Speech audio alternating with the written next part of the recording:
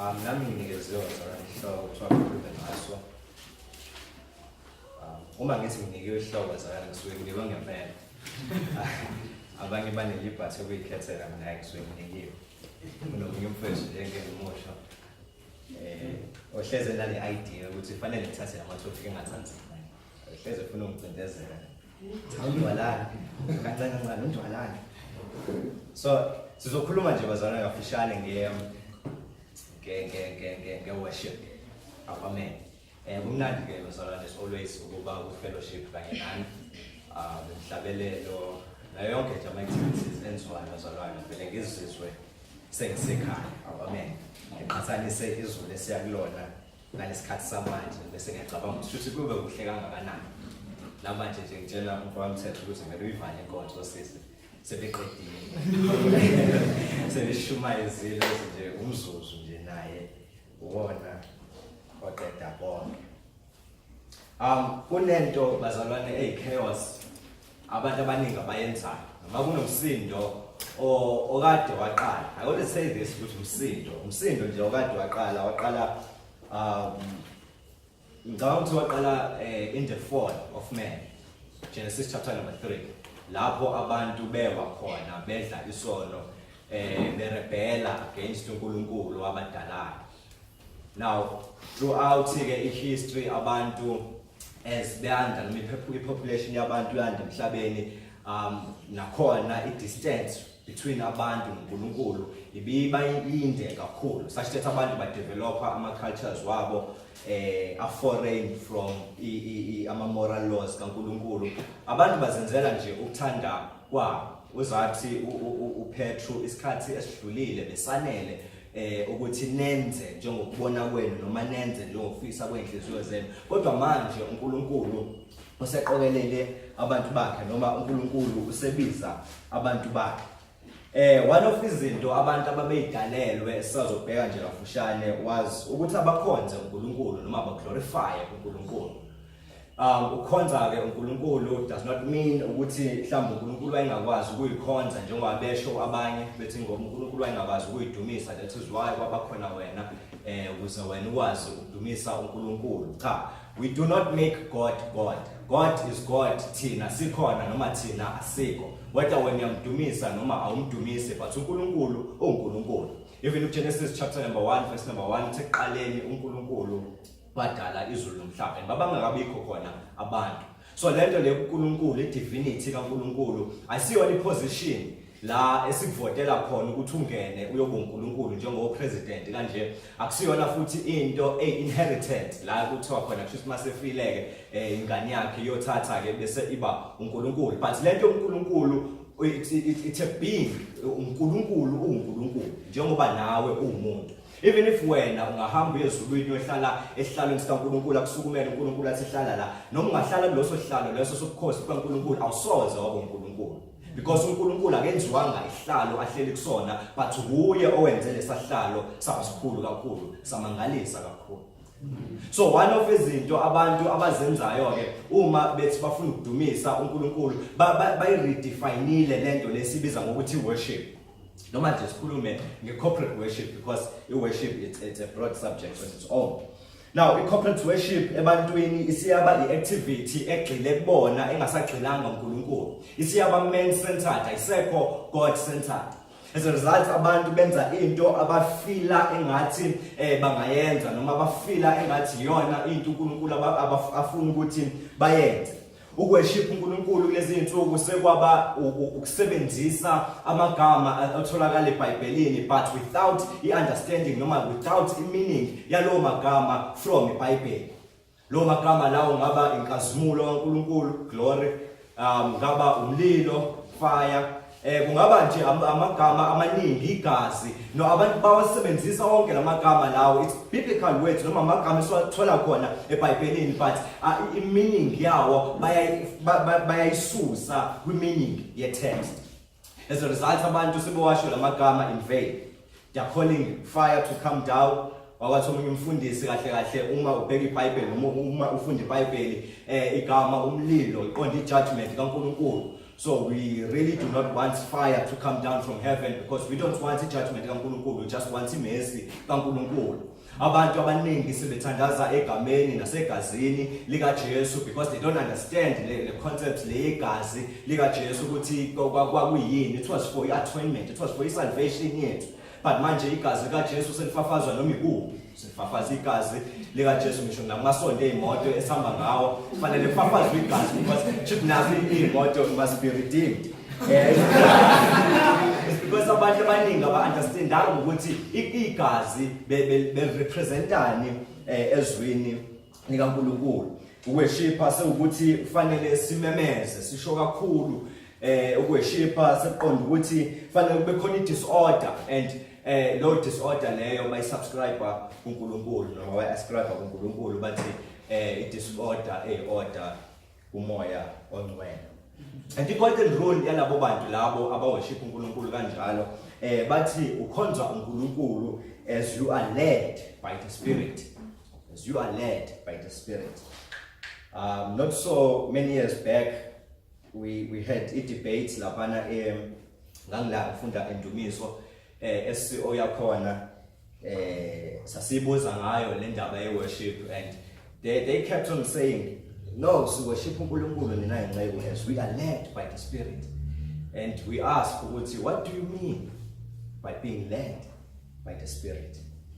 Of which answer yakhona asange size siyithole. Bakhuluma ngamaphupho, bakhuluma ngama-visions, bakhuluma ngama-emotions nangencasa oyizwayo uma umemeza kuNkulunkulu. Amanye amazwi baqonda ukuthi jomba, crawler, bhuquza phansi, iwa, enza noma yini chaos, enza noma yini uNkulunkulu akulidela uyona. And it's funny ukuthi bathi yenza noma yini, but if uthi kushuthi noma yini engizoyenza ukuhlala phansi ngenzi lutho, it's like abafuni. So ukuthi ungenza noma yini kodwa ungahlali phansi. Yenza noma yini but ungahlali phansi. Omunye umuntu angabuza why the fast? Why the fast? Nama reformer njalo. Yonke into ne-attack nje yini indaba naqala nafumalize prayer nafumalize ukufunda kweBhayibheli nani manje sengifuna ukusifaka kule nto ye-worship. Yini indaba? Because uNkulunkulu wasidala saba kanjena, shuthi kufanele simkhonze uNkulunkulu ngale ndlela le asidale ngayo. Yini indaba nina niba worried ngale zinto eziyima-minor? Washo kanjalo omunye athi no kahle le nto ye-worship ananqebe, it's minor. Fanele ube ne-sport ukuthi umuntu aqobe. So it was those minor things esingazi-overlooka. Ngathi uNkulunkulu akaprescribanga ukuthi simdumise kanjani.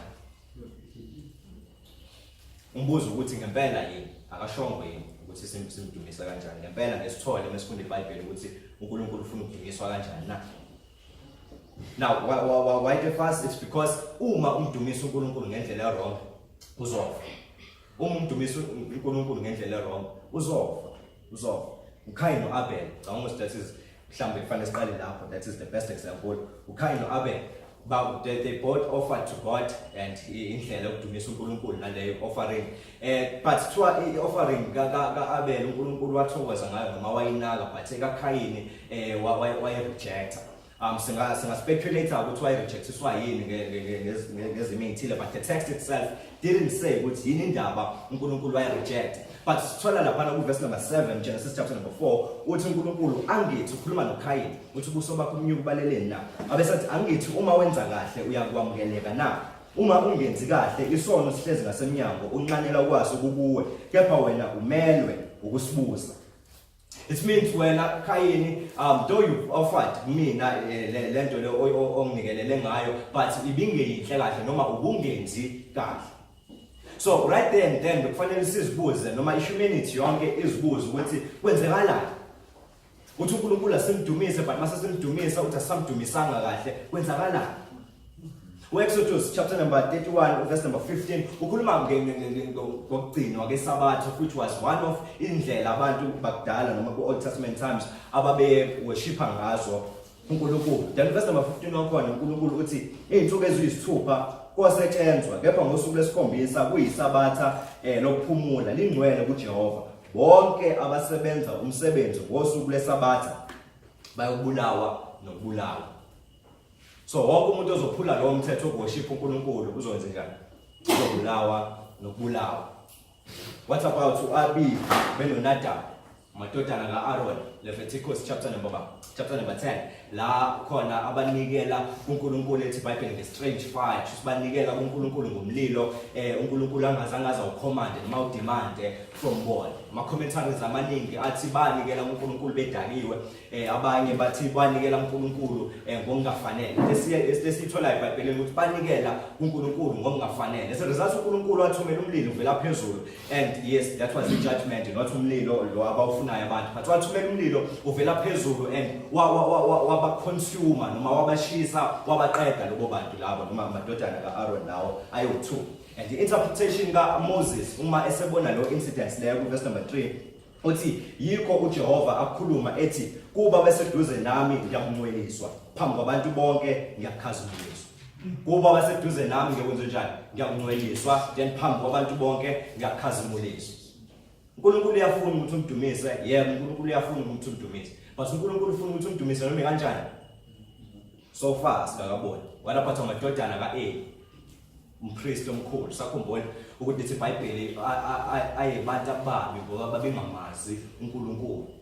As a result, yonke into ababeyenza phambi kwetende lokuhlangana yayimnyanyisa kakhulu uNkulunkulu. So uEli uyawabhalela amadodana akhe incwadi, and ku verse number 25, 1 Samuel chapter number 2, usho kanje uthi uma umuntu ona kumuntu uNkulunkulu uyakumahlulela, kepha uma umuntu ona kuJehova uyakulamulelwa ngubani na? Now we are getting closer. So last sithola ukuthi uNkulunkulu i-worship kahle kahle uma uyenza wrong usukungone komunye umuntu, but usuke wona uNkulunkulu qo. It means if worship uNkulunkulu wrong, awoni kumfundisi, awoni kuma-elders, awoni kuma-leaders ebandla, awoni kwi-tradition mhlambe yabekwa abantu abaqala lelo sonto lelo, but usuke wona uNkulunkulu uqo. So following ama-traditions esonto noma indlela owafica ukuworshipa ngayo and nawe waworshipa ngayo, even though lelo sonto lelo noma even if lelo sonto lelo lingayi-accepta lento yakho ukuthi ya indlela esidumisa ngayo sifuna kwenziwe nje kuxhunywe kushawe izandla nani, but if that is against i-will kaNkulunkulu noma i-order kaNkulunkulu la ayimisele ukuthi uzoworshipa kanjalo, then uwona uNkulunkulu. And umbuzo kaEli kumadodana akhe uthi uma umuntu ona kuJehova uyakulamulelwa ngubani na? What about uSaul? uSaul inkosi yokuqala kaIsrael ya-improvise because uSamuel wayelate. Now sithi uSamuel wayelate, uSaul wenze njani? Ya-improvise uyonikela ukuze because impi yakhe noma amadoda ayihambe nawo ukuthi kuyoliwa impi, ayeseqala uba aware, ayeseqala uphenika nokutatazela ukuthi umprofeti angasaqhamuki. Saul nathi siyasabi empini if kungekho i-offering noma ingashiswanga impepho ishiselwa uNkulunkulu. So uSaul wabona ukuthi fanele improvise, and improviseni kwakhe kwaba uyena oyonikela ngomnikelo wokushiswa. And uNkulunkulu uyamtshela uSaul ukuthi utshela uSamuel ukuthi atshela uSaul ukuthi njengoba enganginakanga kanjalo nami ngimalile angabi inkosi kimi. uNkulunkulu amrejecta uSamuel, amrejectela nje ukuthi uSamuel unikelile. Amrejectela ukuthi uSamuel unikelile. What about the New Testament? Testament elisha vele kukhotha iTestament elidala. What about Testament elisha? Testament elisha sithola uJesu eThempelini. Ungathi uMatthew, yes, it's Matthew chapter 21 verse number 12. Lithi uJesu wangena eThempelini waxosha bonke abathengisayo nabathengayo eThempelini. Waguquqela amatafula abashintshelana imali nezihlalo zabathengisa ngamajuba. Wathi kubo kulotshiwe ukuthi indlu yami iyabizwa ngokuthi indlu yokukhuleka, kepha nina niyenza umhume wabaphangi. Now uJesu uyafika eThempelini and ufica abantu abaphakathi eThempelini bengayenzi lento ekufanele ngabe bayenza kuphi eThempelini. As a result benza enye into engafanele ngabe bayenza eThempelini, and ucleana iThempeli. It's because ukushisekela ngokazimulo noma ukushisekela indlu kaNkulunkulu kwakukuye. Usho njalo uMatthew mase comment ukuthi ingoba kulotshiwe ukuthi uyakushisekela indlu kaNkulunkulu. It's part of your worship. What about Anania benoSafira, le couple leyana eyabulawa umoya ongcwele?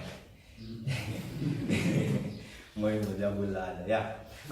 Babenzani? Ngawo sibabona uBarnaba. babona uBarnaba because uBarnaba uyena umuntu abe-mentionayo iBhayibheli ukuthi uBarnaba wathengisa ngezwe lakhe noma ngefield ayenayo noma mhlawumbe iplaza or ifarm asitshela but wathengisa ngefield wayenayo then imali yonke yalelo plaza lelo lakhe walinikela kubaphostoli ukuthi maqhubeke umsebenzi wenkosi. And nabo Ananiya benoSafira I think babefuna ukwenza njalo then nabo badayisa ifield yabo but mase beyonikela banganikeli ngemali yonke bayigcinela uhalf wabo bakhipha enye futhi ingxenye. And uzathi ulokhuza uPetro niqamba amanga uNkulunkulu Smith Stone niyanikela but benifuna ukubona kwabanda ngithi bebefuna nabo ukubonakala njengoBarnaba wanikela ngemali yonke ngefield yonke yakhe. So ulokhuza ngiqamba amanga phambi kwaNkulunkulu and bafa on the spot moya ngcwele kwababulala right there and then. Ukufundela ulokhuza Acts chapter number 17 uPaul ekhuluma nama-Athenians nakhona futhi issue ye-worship iphinde futhi ibonakala lapho chapter 17 from verse number 24 uthi uNkulunkulu owenza umhlaba nakho konke ukubuka yena uyinkosi yezulu nomhlaba akahlali emathempelini enziwe ngezandla futhi akakhonzwa ngezandla zabantu ungathi udinga utho yena obapha bonke ukuphila nokuphefumula nakho konke wazenza izizwe zonke ngagazi linye ukuba zakhe ebusweni bonke bomhlaba wamisa isikhathi ezivunyiweyo nomkhawulo yokuhlala kwazo ukuze zifune uNkulunkulu ingabe zingamuzwa zimfumane ingani kakude kulona lo kithi ukuba siphila sihamba sikhona kuye njalo lokhu imbongi ezithile zakini zishilo ukuthi ukuba futhi siyinzalo yakhe. Ngakho lokho siyinzalo kaNkulunkulu akufanele ukuba sithi uNkulunkulu ubufana negolide noma isiliva noma itshe okuqoshwe ngekhono nangesu lomuntu. Naye ubabuyisela back kwi-worship babuyisela nge-item ye-worship. 1 Corinthians chapter number 11 verse number 30 ukhuluma nge-sacrament nge-holy communion and take yakhe uthi ngenxa ukuthi abantu abaningi bebeyenza wrong indaba ye-holy communion uthi ngenxa yolokho abaningi noma baningi phakathi kwethu ababuthakathaka nabagulayo nabaningana balele meaning nabaningana banjani bafile because they've worshipped uNkulunkulu ngendlela errong. Sibonile ukuthi kungani indaba fanele siworship uNkulunkulu. Number 1 ngoba uNkulunkulu uyakudemanda to-worship kuthini. Uthe uAndrew Zolo that is mhlambe the best explanations akhona ukuthi yini indaba senza lokho ngoba uNkulunkulu ushilo ngoba uNkulunkulu uyademanda. Even nama-moral laws akhe ama-10 commandments mofunda from first commandment to the fourth one uNkulunkulu lapana it's specifically speaking ngelokhoza nge-worship ungabi nabanye uNkulunkulu ngaphandle kwami ungabakhonza abanye uNkulunkulu ungaphathi ngezigaba laNkulunkulu ohlonipha isabatha ngoba lingcwele. It's about worship. It's about worship. Reason number 2 ingoba sonke sadalelwa lokho wonke umuntu wadalelwa lokho. Mshumayeli Ecclesiastes chapter 12 verse number 13 uthi nakho kuphela kwendaba lapho sezwakele konke mesaba uNkulunkulu ugcina imiyalo yakhe yonke ngokuba lokho kungokwabantu bonke. Ephesians chapter number 1 from verse number 3 yereason yesithathu ukuthi indaba fanele sidumisa uNkulunkulu ingoba sisindiselwe lokho. From verse number 3 uthi makabonge uNkulunkulu uyise wenkosi yethu Jesu Kristu osibusisile ezulwini kuKristu ngesibusiso sonke sokomoya njengalokho asikhethela kuye ngothando ngaphambi kokusekelwa kwezwe ukuba sibe ngcwele singabi nakusolwa phambi kwakhe. Wasimisela ngaphambili ukuba sibe ngabantwana kuye ngoJesu Kristu njengalokho kwabakuhle kuye ngentando yakhe ukuze kutuswe inkazimulo yomusa wakhe asiphe wona ngesihle ngaye othandiweyo ukuze kwenze njani futhi uNkulunkulu wasisindisa ukuze kutuswe inkazimulo yakhe futhi wasisindisa ukuze thina senze njani simworship. Should let the worship into ekwisenta uNkulunkulu into uNkulunkulu ayifunayo into futhi uNkulunkulu more concerned ngayo ey'ntweni zonke esingayikhuluma ngoNkulunkulu. uNkulunkulu ufuna abantu abazodumisa but akafuni noma ubani nje noma indumiso noma enjani but une-order noma unohlelo lwakhe noma unemiyalelo yakhe ayimisile eBhayibhelini ukuthi uyodumiswa ngayo. Noma singakaze siyibheke noma mhlambe ungakaze uyifunde leyo order kaNkulunkulu but you can tell from uNoah at the time akha umkhumbi uNkulunkulu amnikeza ama-dimensions. uNkulunkulu bengenandaba nama-details ento noma ukuthi into yenziwa kanjani bezothi uNoah akha umkhumbi then uNoah akha umkhumbi ngendlela abona ngayo. You can tell ngendlela uNkulunkulu athi ngayo uMoses akahambe amenzela itabernacle uthi lenze ngalendlela engikukhombise ngayo. Akasho ukuthi hamba ukwenza itabernacle sobona amasolenzile cha bathi lenze ngalendlela engenzenjani engikukhombise ngayo. What about incwadi kaEzekiel? We have about 7 chapters from Ezekiel chapter 40 to 47. uNkulunkulu ekhuluma ngethempeli lakhe elisha leli elizoba khona phakathi kwabantu. And usinikeza ama-details aso. Ithi worship kaNkulunkulu. uNkulunkulu unendaba ukuthi ukhonzwa kanjani. Unendaba yokuthi ukhonzwa kanjani. Sinendlela eziwu-2 ke bazalwane esiyibhekayo. Sinezinto esizibiza ngokuthi ama-essentials nezinto esizibiza ngokuthi ama-circumstantial, ama-essential elements of worship nama-circumstantial elements of worship. Ama-essentials nekuba igama lisho ilezinto ezibalekile, ilezinto esingesikwazi ukuzicompromise noma abantu bangathiwa. We cannot compromise ama-essentials, but we can always compromise ama-circumstances because vele ama-circumstantials adeterminwa ama-circumstances akhona. Now, amaphi-ke lo ma-essentials lawo e-worship? Siqala ngokuqala ukucula, singing. We cannot compromise ukucula. We cannot compromise i-singing. Amen. Amen. Mhlawumbe besithatha kancane emasontweni la sivela khona ukuthi vele kuculwe. Ungene uthi ungcwele ngicabanga la kucula ethi ungcwele mhlawumbe abantu bacula uma lingakafiki icula engcwele abangacula. So uma umuntu angangena ungcwele noma bangene bazocula lamaculo lawa e-worship leya modern bathatha amaculo obani la uCox ubani lomuntu break every chain yonke lezo zinto lezo bazoyicula endaweni kaNkulunkulu. Yethu uNkulunkulu kubeke kwacaca ukuthi we cannot compromise i-singing, we cannot compromise ama-hymns akhe. Ngoba yonke into esiculayo fanele ibe theologically sound uNkulunkulu. We need to understand ukuthi senzani ngesiculi. Amen. iBhayibheli lihlezi lithi masibe sober. Awukwazi ukucula ungekho engqondweni yakho. Athi umunye umfundisi MC ethi kufanele uyikhohle. Sikhohle sesiya ebukhoneni benkosi vele uyikhohle. And sas confused lapho ukuthi usikhohlwa kanjani ebukhoneni benkosi ngoba ila uzikhumbula khona ngempela. Uma uzithola upresent kaNkulunkulu ila uzikhumbula khona ngempela. uIsaiah chapter number 6 akayikhohlwanga. Wathi mebona uNkulunkulu ingilosi edlula lapha nithi ungcwele usomandla inimandla onke wayibona yena ububi bakhe. You cannot forget yourself uma uphambi kaNkulunkulu because the first thing oyibonayo uma uphambi kaNkulunkulu ubona inkazimulo yakhe and into yesibili oyibonayo ubona ububi bakhe.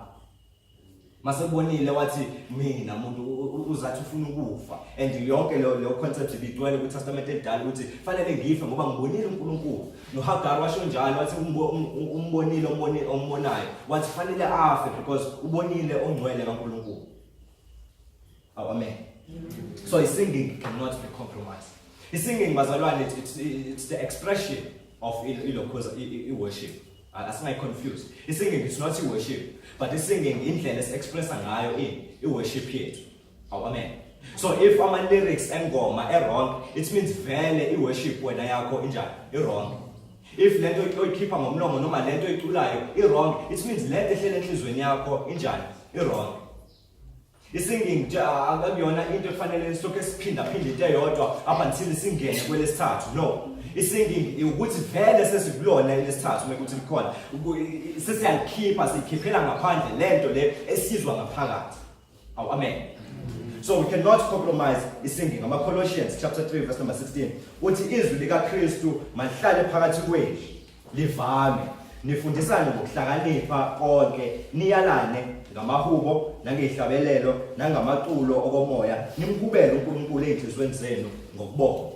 Uzwe ukuthi before uhube kufanele wenze njani? Izwi kaNkulunkulu lenze njani? Lihlale enhlizweni zenu lenze njani? Livame.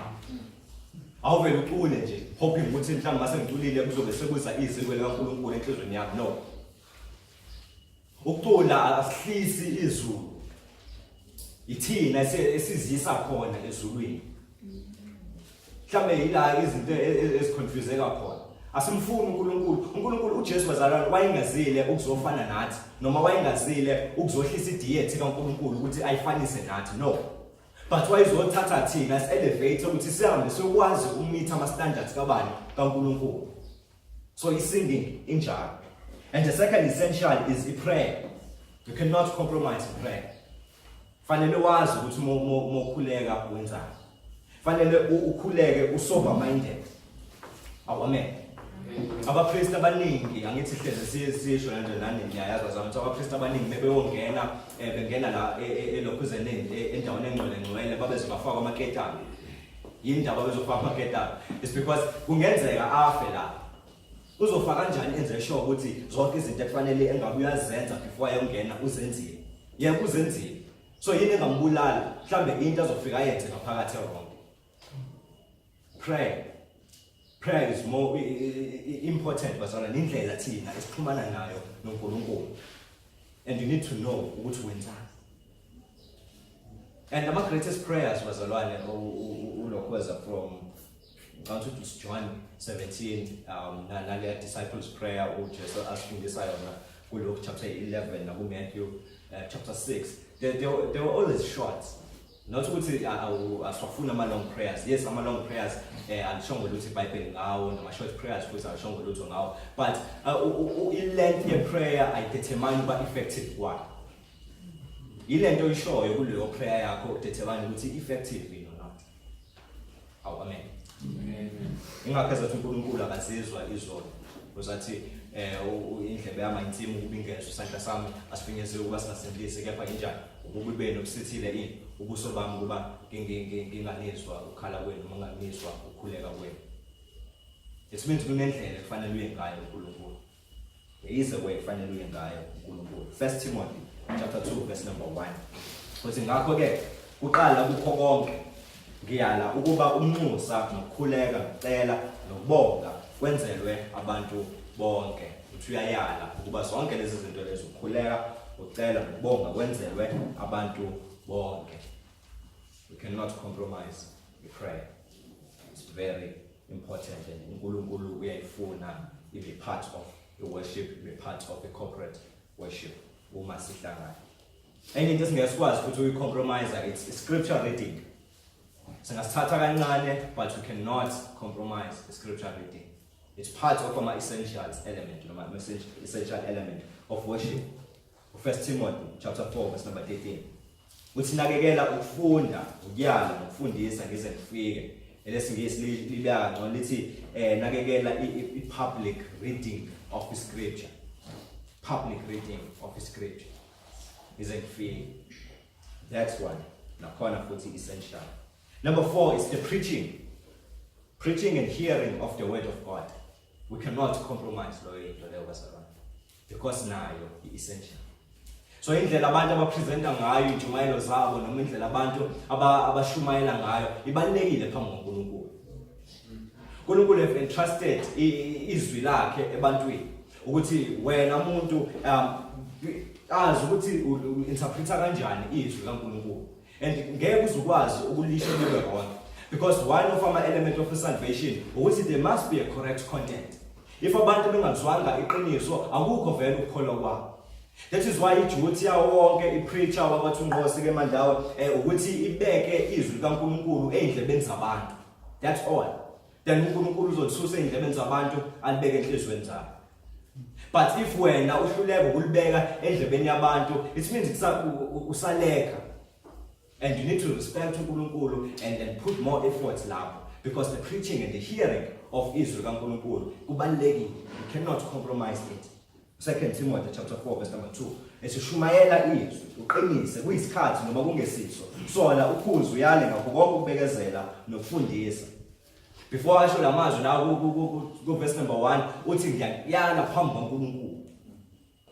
Athi ukuthi ngiyakufundisa nana but uthi ukuyala kwakho uthi ngiyala phambi kaNkulunkulu. Naphambi kweNkosi yethu uKristu Jesu uzobuya masinya. Esathi shumayela izwi, preach the word. Preach the word. Yonke ebalekile masala. Uzabuza uMphostoli Paul ngalana eRomans chapter number 10. Athi bayosindiswa kanjani? Banoma bayokhuleka kanjani uma bengakaze bezwe ngaye. bayokuzwa kanjani if engekho oshumayelayo? Preach the way. Nayo we cannot compromise lezo zinto lezo. And the fifth one is ama-sacraments. Ama-sacraments esinawo, baptism, uJesu ukhuluma ngayo kuMatthew 28 verse number 19, athi yenzani abafundi noma izizwe zonke abafundi bami bese niyabenjani nabapapatisi. It's a command. You cannot compromise that. The Holy Communion, mufunda 1 Corinthians chapter number 11 verse number 25, uthi lokho kwenzeni ngakhathi zonke manihlangana kubaningi khumbulo. We cannot compromise leyo into leyo. And simfundile verse number 30 wakhona la athi khona uPaul Paul ngenxa ukuthi abantu basiphatha wrong isidlo senkosi, uthi abaningi babuthakathaka nabaningana sebefile ngenxa yalokho. Lezi zinto bazalwane ziyi-core of i-corporate worship, ziyi-core of into esifanele siyihlanganyele la, and asikwazi ukwenza ngenye indlela. Mofuna ukwazi ukuthi uculwa kanjani, noma ukucula njengoba kubalekile, kufanele sazi ukuthi uculwa kanjani. Kufanele sazi ukuthi amaphi amaculo kufanele siwacule. Akuwona wonke amaculo esiwathola esekufanele ngabe siyawacula. Okwabuza mfethu ubahle ukuthi lecula lithi umoya wami uyavuma ligospel kanjani, because alisho lutho ngoKristu, alisho lutho ngoNkulunkulu, asazi nalowo moya abakhuluma ngayo, alisho lutho. And most of amaculo bazalwane anjalo, kunokuthi elevate uNkulunkulu elevate abantu noma diminish yena uNkulunkulu. Uma iBhayibheli ikhuluma ngeprayer, fanele sazi ukuthi how do we pray to God, and uma sihlangene sikhuleka kanjani uNkulunkulu. Uma likhuluma nge-scripture reading, yini yona leyo, sizolifunda kanjani izwi kaNkulunkulu. Uma likhuluma nge-preaching, sizokushumayela kanjani, ubani kufanele bashumayele, umuntu onjani kufanele simbize nge-preacher. Uma likhuluma ngama-sacrament, ubani kufanele baparticipate la, and ubani ungafanele baparticipate. Because sesazi ukuthi iningana libuthakathaka, sesiyazi ukuthi abaningi sebefile ngenxa yokuthi basiphatheka. Amen. Then ama-circumstantials, ngabe ilenhle service, kungaba indawo la sikhonzela khona, sikhonzela esikoleni noma sikhonzela kuphi. Ngabe izona zonke lezi ezinye izinto nje ezilike njenge-land ye-service ukuthi isikhathi usuku decide ukukhonza ngaso, nazo zonke nje lezi ezinye izinto ebesingakhonza sibhekile noma besingesikwazi ukukhonza zingekho, but zidetermine ama-circumstances esikuwona. Amen. Amanye amabandla abanama-services awu-3, amanye abanama-services awu-2, amanye abanama-service eyodwa. iBhayibheli alishongo lutho ngalokho, but into elishilo iBhayibheli i-fellowship. Kufanele ngabe siyahlangana, kufanele ngabe siyahlangana. So lokho konke lokho kusisa kule text le kade ifundwa umfethu uThabane uRomans chapter number 12, verse number 1 no verse number 2 akhona. Ethi ngakho ngiyanincenga bazalwane ngokubele kukaNkulunkulu ukuba ninikele imizimba yenu ibe ngumnikelo nothandeka kuNkulunkulu, kube ngukukhonza kwenu kokuqotha. Ngiyanincenga bazalwane ngobubele bukaNkulunkulu. Now statement sakhe sokuqala uthi ngiyanincenga bazalwane ngani ngobubele bukaNkulunkulu. Ngasikhathi sibheka ilokhoza isinging ukuthi ethi uMpostoli Paul basekhola use izwi kaNkulunkulu noma izwi lenkosi yethu uJesu Kristu malihlale enhliziyweni zenu bese liyavama, because iworship injani iyinto oyi-understandayo ngoNkulunkulu. If you understand into wrong ngoNkulunkulu, vele uNkulunkulu uzomdumisa ngendlela wrong. If indlela omdumisa ngayo uNkulunkulu i-wrong, it means vele uNkulunkulu understanda ngani ngendlela e-wrong. Ingakho ethi uMpostoli Paul, in view of the mercies of God, I beseech you brethren, in view of the mercies of God. I-worship bazalwane kuya ngokuthi umazi kangakanani uNkulunkulu. It is inside out, inward out. Akuyona into engaphandle kuthina ezongena ngaphakathi kuthina cha, but into ezosuka ngaphakathi kuthina iya ngaphandle kuthina noma iya kuNkulunkulu qo. So indlela umunderstanda ngayo uNkulunkulu, indlela ekufanele ngabe uyamdumisa ngayo uNkulunkulu. So you need to spend more time understanding ukuthi uNkulunkulu ubani before you can actually start and worship uNkulunkulu. Uworshipa uNkulunkulu wakwathi inceku ikhuluma ngestory sayo ukuthi abazalwane babeyitshela ukuthi you spend more time interpreter izwi kaNkulunkulu and less time will apply. Sesifuna the practical parts of izwi kaNkulunkulu need to be more practical. So ithi le nceku mhlambe lokho kuyiqiniso, but uzoyipractice kanjani into ongakayi understand. That is why Paul in fact uthathe 11 chapters wonke concerned theology abantu base eRome. Then abesathatha these remaining chapters exhorta ukuthi ke how do you apply these things. Chapter number 1 ekhuluma ngevangeli laNkulunkulu ukulunga kaNkulunkulu ongivulwa kulo. That is the mercy of God. Ekhuluma ngokuthi noma abantu sebonile but uNkulunkulu ulethile ukukholwa ebantwini. Chapter number 4 ukuthi njengokuma kukaAbraham kanjalo nathina uma sikholwa nathi siyakusindiswa. That is the mercy of God. Chapter number 5 eqhathanisa between uAdam noKristu ukuthi uAdam sonke sona but kuKristu sonke senze njani? Sonke sithola umusa noma sonke siyasindiswa. Umusa kaNkulunkulu, imercy kaNkulunkulu le. Chapter number 7 ekhuluma noma chapter number 6 ekhuluma ngemzimba ke manje ukuthi yebo usuyakholwa ufile kanye noKristu wavuka kanye noKristu asayisiphilele isona but suphilela abanye uNkulunkulu. Lokho kuumusa kaNkulunkulu. Chapter number 7 ekhuluma ngokuthi noma ungababuthakathaka uzathi oh wretched man that I am, who shall deliver me from this body of death. Chapter number 8 athi kanjalo akusekho ukulahla kuba kaKristu uJesu. Umusa kaNkulunkulu. Khuluma ngama afflictions ukuthi kahlahle inhlupheko ehlangabezana nazo ezesikhashana asazikungilinganiswa nani kazimulo yakwambula kuthini. Lokho umusa kaNkulunkulu. Chapter number 9 akhuluma about election. uNkulunkulu ekhetha abantu uzathi akuyi ngokuyikhandla kwabantu kodwa kuya ngokukhawulelwa kukaNkulunkulu. That is imercy kaNkulunkulu. Chapter number 10 akhulume about Israel rejecting righteousness kaKristu, lokho kwenza ukuthi uNkulunkulu avule izandla ezivulela bonke abantu abayima-Gentiles ukuze umusa kaNkulunkulu uapplyeke nakuthini. Lokho kwakuumusa kaNkulunkulu. Chapter number 11 athi kodwa nayo Israel wamrejectile uNkulunkulu akamkhohlwanga usazophindela kuona ayobuyisela ukuze bonke abantu ababebesela ukusindiswa emhlabeni basindiswe. Lokho iplani kaNkulunkulu kuumusa kaNkulunkulu. Then ayafika chapter number 12 athi in view of these mercies of God. Bheka ukuthi uNkulunkulu ukhazimula kanjani. Azi ukuthi uNkulunkulu umangalisa kanjani. Abesathi ke kuleyo view ke leyo yakho leyo view le esengikubhalele yona noma le theology lesengikunikeze yona abesathi worship phela uNkulunkulu. Worship uNkulunkulu. Wathi umunye writer ithi a proper theology gives a solid doxology. Uthi theology a proper izokwenza ukuthi wenze njani ube ne practice a proper. Bad theology, bad practice. Bad practice, bad theology. Wazathi umfundisi umuntu momona enza izinto eziphambene nokulunga kaNkulunkulu azi ukuthi hayi ukuthi mhlambe isimo sesikhashana no ngithi theology yakhe iyabheda understand uNkulunkulu no Jesu lapha ku John chapter number 4 verse number 24 uthi uNkulunkulu ngumoya naye uletha lelo khoza le president elethwa ulokhoza la Paul Romans which in view of God's mercy uthi uJesu uNkulunkulu ngumoya so abakhuleka kuye kumele abakhuleka ngani ngomoya nangeqiniso. It means understand ukuthi uNkulunkulu ubani then iya uNkulunkulu ngaleyo uNkulunkulu ayi.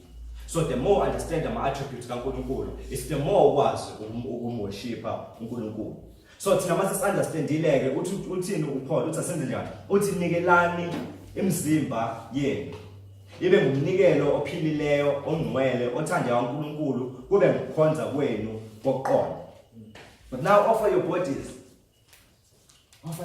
Balela ama-Roma kaze uPaul aye elokhozeni kumaRoma kuhleze ethi kade ngangihlosa ukuyofika khona asazi uma uthi ndefikile but mebhala wayebhala umuntu ongakaze aye khona. So uyababhalela wona ama-Romans and wathena lento ukuthi you need to offer your body. Nikela umzimba wakho. Nikela umzimba wakho. Qonda ukuthi yonke into iyona. Because umzimba ucontain yonke into esiyiyona. Contain imicabango yakho, ama-emotions akho, intando yakho, yonke into oyiyona ila iphelele emzimbeni wakho. Ayikho ngaphandle but ila ngaphakathi kuwo umzimba wakho. And akasho ukuthi nikela imiphefumulo yenu. No, because uNkulunkulu vele usenayo imiphefumulo yakho. Akasho ukuthi mabanikele intando yabo uNkulunkulu vele usenayo intando. Angithi labantu besindisiwe. So umuntu besindisiwe vele it means uNkulunkulu lo semregenerate. It means ingaphakathi lakhe lo muntu lo useyisidalwa esisha ingaphakathi lakhe selishintshile already. but manje uyabancenga ubancengela ukuthi mabanikele imizimba yabo, mabanikele lento benze ini isono. Amen. Imizimba yethu bazalwana ayisindiswanga. Yilo ipoint lika Paul. Derive lapho lento le. Ukuthi vele imizimba yethu ayikakasindiswa. Ingakho uzabatshela abazalwane kuRomans chapter number 8 verse number 23 uthi akusikho lokho kuphela kepha nathi uqobo lwethu esinolibo lukamoya siyabubula phakathi kwethu silindele isimo sobuntwana ukukhululwa komzimba wethu. Simithe umzimba wethu vele awenze njani awukakakhululwa. Vele umzimba wethu usanjani usafonela. Ilento engaphakathi kwena esindisiwe. And amaroma ayise understand ngelonto ukuthi vele ilento engaphakathi esindisiwe so shothi umzimba wethu noma singaphatha kanjani vele akunankinga. Anginankinga. Ayina leyo nto kaMaGreek ayihlale Rome ukuthi yonke into matter is evil. Yonke into spiritual is good. So since we matter umzimba wakho so noma ngenza noma yini ngawo vele evil. Vele wadalelwa ukuthi senze noma yini esifuna ukuyenza ngawo. So vele evil. Ayisho njalo ke amaroma. Ingakho uPaul wakuzotha ukuthi yebo umzimba wakho ufile khona la azasho khona ukubona uRomans chapter number 7 ethi wo mina umuntu omukubani ongikhulula kulomzimba wakhe wesono nobubi na. Besathi makabonga uNkulunkulu ekuyena osikhululayo. uRoma chapter number 6 verse number 12 uthi ngakho mangingabusi isono emzimbeni wenu ofayo nizendalalele inkanuko zakho. So ubeke wacaca uPaul ukuthi umzimba wakho uyafa, ubeke wacaca ukuthi umzimba wakho awukakakhululwa but silalindele ukukhululwa kwawo but futhi ubanikeza ama instructions ukuthi mangingabusi isono wona umzimba lofayo. Because uNkulunkulu akasindisi noNkulunkulu iaim yakhe bengawona ukusindisa umphefumulo wakho nje kuphela but beyokusindisa wena uqobo lwakho wonke. uNkulunkulu unendaba nomzimba wakho. Nendaba nomzimba wakho. uPaul uzobatshela abaseKorinte ukuthi umzimba wabo uyini? Uyithempeli lika Moya Ngcwele. Yena uPaul iresolution yakhe 1 Corinthians chapter 9 verse 27 uthi ngakho ngiyawutuba umzimba wami ngiwenza isigqila ukuba mina engishumayeza abanye ngingaliwa mina uqobo. Mina engishumayeza abanye ngingaliwa mina uqobo. So yonke lento ukuthi ukukhathele awukwazi ukuyohlangana nabazalwane isi out because we are offering umzimba wakho kubani? uNkulunkulu. Vele kufanele igqilaze umzimba wakho. Vele akulula ukuthi wena uhlale ufunde iBhayibheli but train umzimba wakho to do that. Because wenze njani? Ngiyawunikela kuNkulunkulu. Ngiyawunikela kuNkulunkulu. Abesathi kube ukukhonza kwenu kokuqonda so that you know and understand ukuthi wenzani uma uthi uyakhonza kuNkulunkulu. Wenzani uma uthi uza phambi kwehlalo sikaNkulunkulu. Yini le oyenzayo? You need to offer umzimba wakho. You need to offer umzimba wakho. And the understanding is key. Kuyona yonke lento. Understand ukuthi wenzani. uJesu bazalwane ubehlezi khona la before mekhuluma. Manje mhlambe fanele uyifundele bazalwane. uJohn chapter number 4. Ekhuluma nalo wesifazana waseSamaria. Bakhuluma ngecorporate worship lapha. Ukuthi uzafika wesifazana waseSamaria thina obaba bethu bathi masambe sokhuleka kule ntaba kodwa nina nithi seJerusalem la kufanele ukukhuleka khona. Abesathi uJesu vele nina nikhuleka kweningakwaziyo kepha thina sikhuleka kwesikwaziyo ngoba insindisi ivela kubaJuda.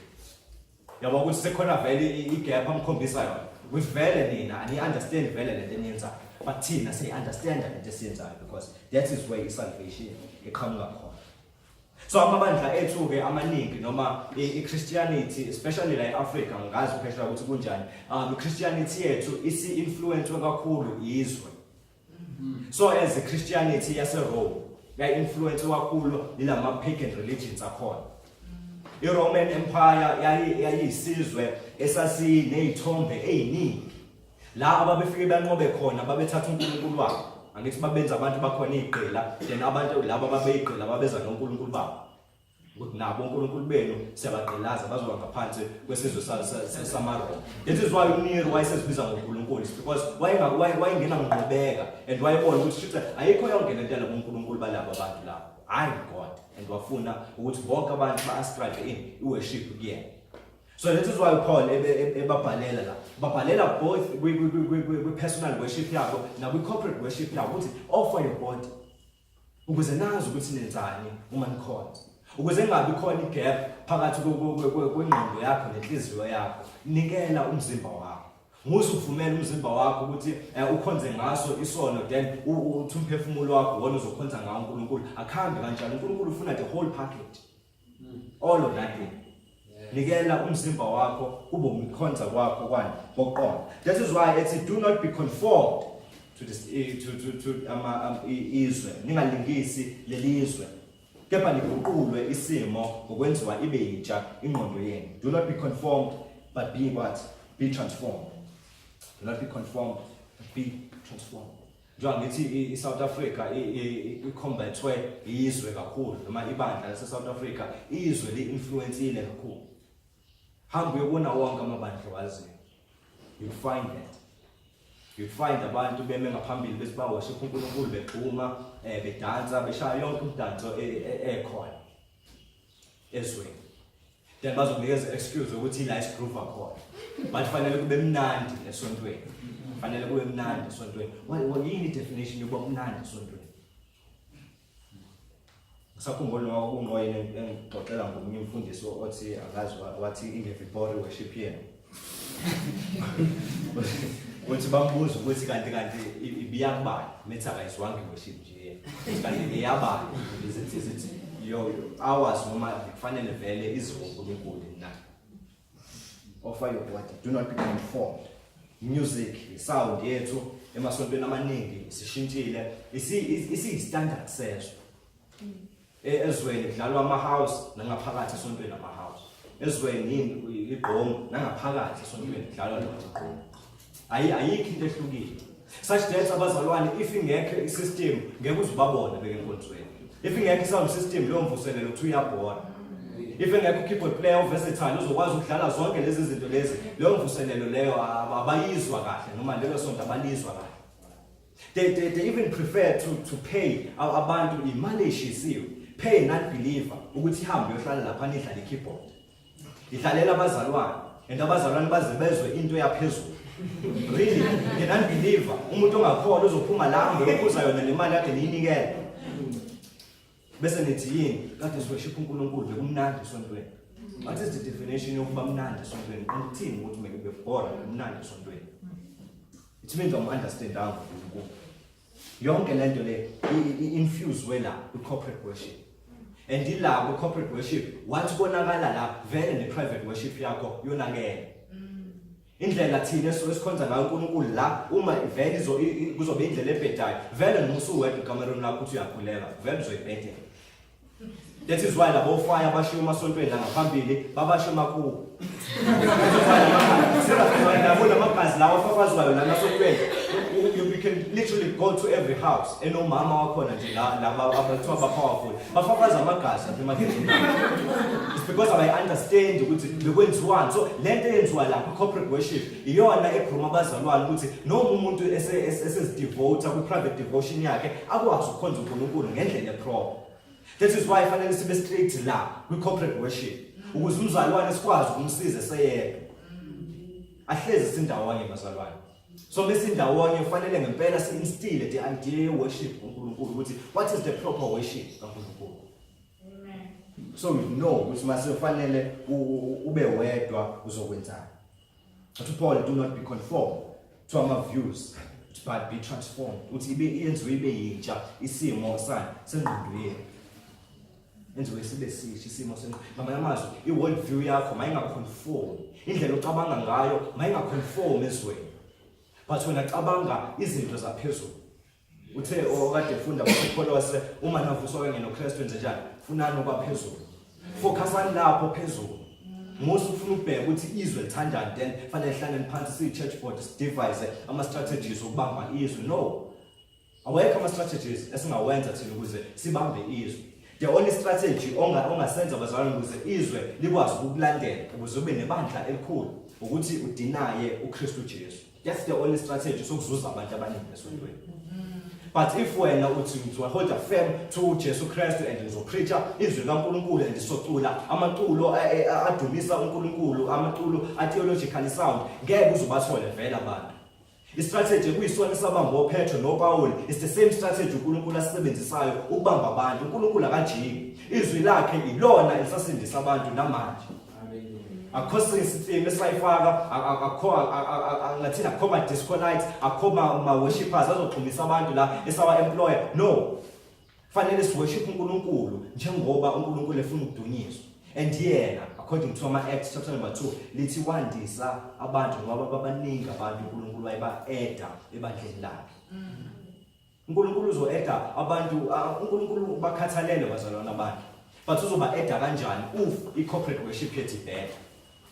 Ngeke azasusa umuntu le emsusa ezonweni emletha la esezodla izono esebulale ngisho nonembeza wakhe just because thina asifuni ukukhuza izono ngoba soxosha abantu. Asifuni ukushumayela izwi kaNkulunkulu ngoba soxosha abantu. Asifuni ukubakhulisa abantu ekuculeleni uNkulunkulu ba-understand ukuthi benzani if bevula icilongo bezoculela uNkulunkulu. Ukuthi it's not the matter of ama-notes but amazwi abawashoyo that counts. Iyona into esuke siyihlanganyele ukudumisa uNkulunkulu, but loyo into leyo uNkulunkulu ayinstile enhlizweni zethu ukuze sikwazi ukuyipractice noma singaphandle. Indlela esidumisa ngayo uNkulunkulu la ayingashintshi uma usuwedwa. Indlela esidumisa ngayo uNkulunkulu la ayingashintshi uma usunabanye abantu. Because this is how we worship uNkulunkulu. So uthi ningalenzi izwe ukuthi infiltrate ingqondo zenu. Uthi but ingqondo zenu fanele kube izona ezizoguqula. Ingqondo zenu kumele zibe ziguqulwe. Ziguqulwa ngani? Ziguqulwa ngezwi likaNkulunkulu kuphela. Aziguqulwa ngama-emotions, aziguqulwa ngama-sounds, ama-strings esiwadlala la then sikufake kuleyana ube nama-emotions. Neslow jam siyabanzela abantu abaphuzayo leya into. Akuhlukanga ngalutho bazalwane. As a result baze babize lento ngokuthi errors, ama-Greek gods babebiza ngoba abantu ababe-worshipa la ama-Greek gods babebiza ngokuthi i-errors. And siyalazi ngokugama ngisibazalwane, it's those who want ama-sexual feelings and it. So yilabantu laba abafuna ukuba sensual. That is why uPaul mekhweza izilimi laphana ubuyisela back to ama-pagan gods. Ukuthi lento le nina anishintshanga lutho kwi-worship yenu. You still seek ama-feelings la wena nwa-Jews at the time nikhonza labo uNkulunkulu laba abasezweni. Babephuza bedakwa. Then mase bedakiwe kwangathi mhlambe umoya ngcwele uzongena kahle noma these foreign spirits azobangena kahle then bazokwazi ukubona ukuthi uNkulunkulu ufunani. Amanye ama-gods ayekhona eRome ayebekwa ey'ntabeni njengale y'ntaba nje lezeyinkulu abekwe ey'ntabeni and ukuzoya nje just igroup yabantu lapho and izofika ilalane khona. Just because mase nizwe lama-emotions lawa ehamba emzimbeni wenu isukwazi ukulokhuza ukwazi intando kaNkulunkulu, you feel relieved nje bese nimworshiphile lo uNkulunkulu lo. And one of those gods bekuDiana wabaseFesu. So worship uNkulunkulu bazalwane, it's not ukudownloada izinto noma ukuhlisa izinto ezulwini but ukuyikhuphula wena ukuthi uye kuphi ezulwini. Ukuthi wena ushintshe ifocus yakho ingabusabheka la emhlabeni but ifocus yakho ifocus kuphi ezulwini. Mase worship uNkulunkulu bazalwane kufanele kube khona leyanto leyana ukuthi sifuna izulu more than ukuhlala la emhlabeni. Sifuna ukuhlala nenkosi yethu more than ukuhlala nabantu la emhlabeni. Bethini leyaxolo belethi ukufisa kwami konke impela yikho ukuthi nje kuze kube phakade hlala naye. That is worship. Fanele ukukhumbuza izulu more than ikhumbuza abantu la emhlabeni. Fanele kwenze conform ezulwini more than conform ezweni. More than conform ezweni. Yindaba fanele ziguqulwe ingqondo zenu ukuthi ukuze nibe nokuhlolisisa okuyintando kaNkulunkulu, okuhle nokuthandekayo nokupheleleyo. Ukuze nibe nokuhlolisisa so that you can approve noma accept okuyintando kaNkulunkulu. Sometimes vele umzimba yethu ayifuni uku-accepta intando kaNkulunkulu. Izokwenza ama-excuses amaningi. And I'm glad ukuthi bese ize yathimba lo ndaba la kule conference kukhulunywa nge-legalism nama-antinomians. Ukuthi one ba-emphasize umusa kakhulu and abanye ba-emphasize umthetho kakhulu. Omunye wangibuza ukuthi ukuyeka isono kufola under eziphi izinto lapho. It's no, ukuyeka isono kufola under obedience kaNkulunkulu. ngeke awukwazi ukuba legalistic muweka isono. Mina ithi iBhayibheli baleka. Alishongo ukuthi umubaleka ukuthi so legalistic, no. Baleka. Mina ithi iBhayibheli ungawenzi lokho. Amen. Njengoba lithi iBhayibheli masinikele imizimba yethu, asenze njani? Asinikele imizimba yethu. Ayikho enye definition yomzimba yophinde uyithola. He meant literal bodies. Ama-vessels ethu. Nikelani imizimba yethu. Ukuze kube ukukhonza kwenu ngokuqonda. Bese athi ukuze nibe nokuhlolisisa okuyintando yabanye kaNkulunkulu. Ukuze nibe nokuhlolisisa okuyintando kaNkulunkulu. Ngathi lokho kubaluleke kakhulu. Hlolisisani okuyintando kaNkulunkulu. Ezinye izinto ziyisono, ezinye izinto ezibhalwe eBhayibhelini, ezinye izinto ayibhalwanga eBhayibhelini but still ziyisono. Hlolisisa wena okuyintando kaNkulunkulu. Hlolisisa okuyintando kaNkulunkulu. Sake sakhuluma noLando and he made i-example. Bakucela la iLando. He made the example about ukuworshipha noma ukushumayeza ama-students ukuthi how important it is ukuthi sibafika bekhona e-university coming from different places and mase sibafake kuJesu and they go back to laying down lesa baqhamuka kusona and bawufaka uJesu khona. It's into umusa uNkulunkulu asimbulele wona ensukwini zethu zokugcina. Then he made a session engacabanga ukuthi yathi it's very profound. Can you imagine ukuthi sesinikeza umuntu ivangeli then simnikeze nama freedoms wethu. Siyamnikeza umuntu ivangeli, simnikeza nama freedoms ethu and uyabuyela lo muntu la aphuma khona. Say for instance bekuyintombazane ekade mhlawumbe ingafaki ibhluka nosenge ibhluka eliswana mhlawumbe ingadate and sesifakile ivangeli and sesinikeza these freedoms and sibuyele emuva noJesu and sinjani sifake ibhluka and sibuya ne-engagement nani. Then abantu baya kwi-community, will they ever accept uNkulunkulu? Because ama-moral standards abo bethi umuntu wesifazane akalifaki ibhluka. Now ulifakile ibhluka asona ibhluka. Ulifakile but yena ibhluka and ulifakile ufake noJesu angithi. So now uyabashumayeza ngoJesu but izakwazi sizibonela ibhluka. Ukuthi uma uJesu wabo ebagqokisa kanje right ngamahlozi abo. Right nemthendela ngama-sacrament esiwenza laphana elokhuzeni esontweni lami. Amen. Ngingakhetha umpostoli Paul ukuze nibe nani nokuhlolisisa okuyintando kaNkulunkulu. Khona lathi khona la engafika khona amaJuda uthi ngafana nabo. Not ukuthi wa compromise ama-standards akhe noma ama-resolutions akhe, no. Uzathi mengifika kwabangenamthetho nami ngenze ngathi anginawo umthetho. Not ukuthi ngangingenawo umthetho but nganginawo. Uya-emphasize lo part ukuthi nganginawo umthetho. It means ngangayenzi into eronke noma isono phambi kaNkulunkulu but ngangifuna uku-adjusta kubona ukuze ngikwazi ukwenza njani ukuba sozi. Banokuhlolisisa okuyintando kaNkulunkulu. Banokuhlolisisa okuyintando kaNkulunkulu. That is i-purpose ye-corporate worship. Ukuthi mesihlangene la sizo-exaltana, sizotshelana okuyintando kaNkulunkulu. Sizovula iBhayibheli and ngeke size sithayisele kulona, ngeke futhi size sinciphise kulona. Sihlolisisa okunjani okuyintando kaNkulunkulu. Sengihlala phansi yonke lento le ekade ngiyikhuluma, it's part of into esibiza ngokuthi it's the regulative principle of worship. Khona i-normative principle ne-regulative principle.